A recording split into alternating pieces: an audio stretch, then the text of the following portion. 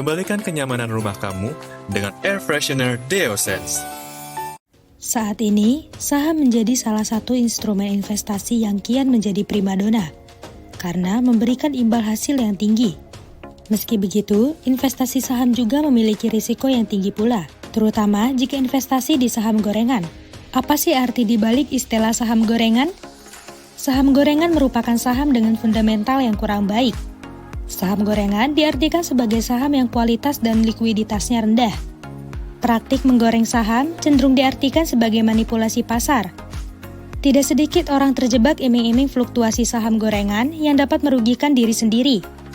Penting bagi setiap investor untuk melakukan riset menyeluruh, memahami risiko, dan mempertimbangkan tujuan investasi secara keseluruhan. Maka dari itu, inilah beberapa tips untuk membantu investor agar terhindar dari jebakan saham gorengan. Investor perlu melakukan riset fundamental dengan meninjau kinerja keuangan, prospek bisnis, manajemen, dan faktor-faktor lain yang mempengaruhi nilai saham.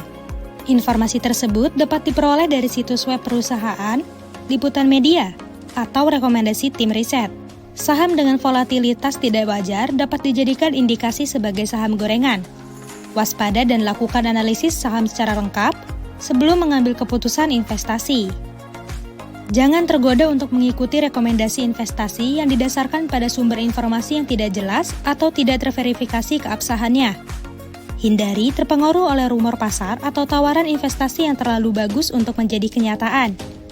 Dengan memiliki sejumlah saham dari berbagai sektor industri dan berbagai tingkat risiko, investor dapat mengurangi paparan terhadap risiko spesifik yang terkait dengan satu saham atau satu sektor industri tertentu.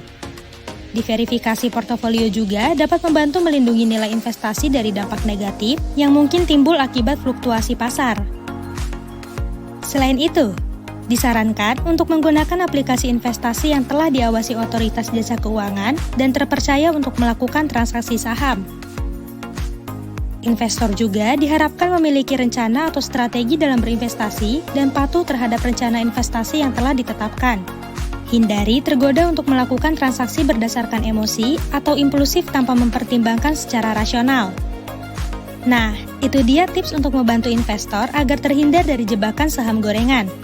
Tetap berhati-hati dan selalu melakukan pertimbangan yang rasional dalam mengambil keputusan investasi ya.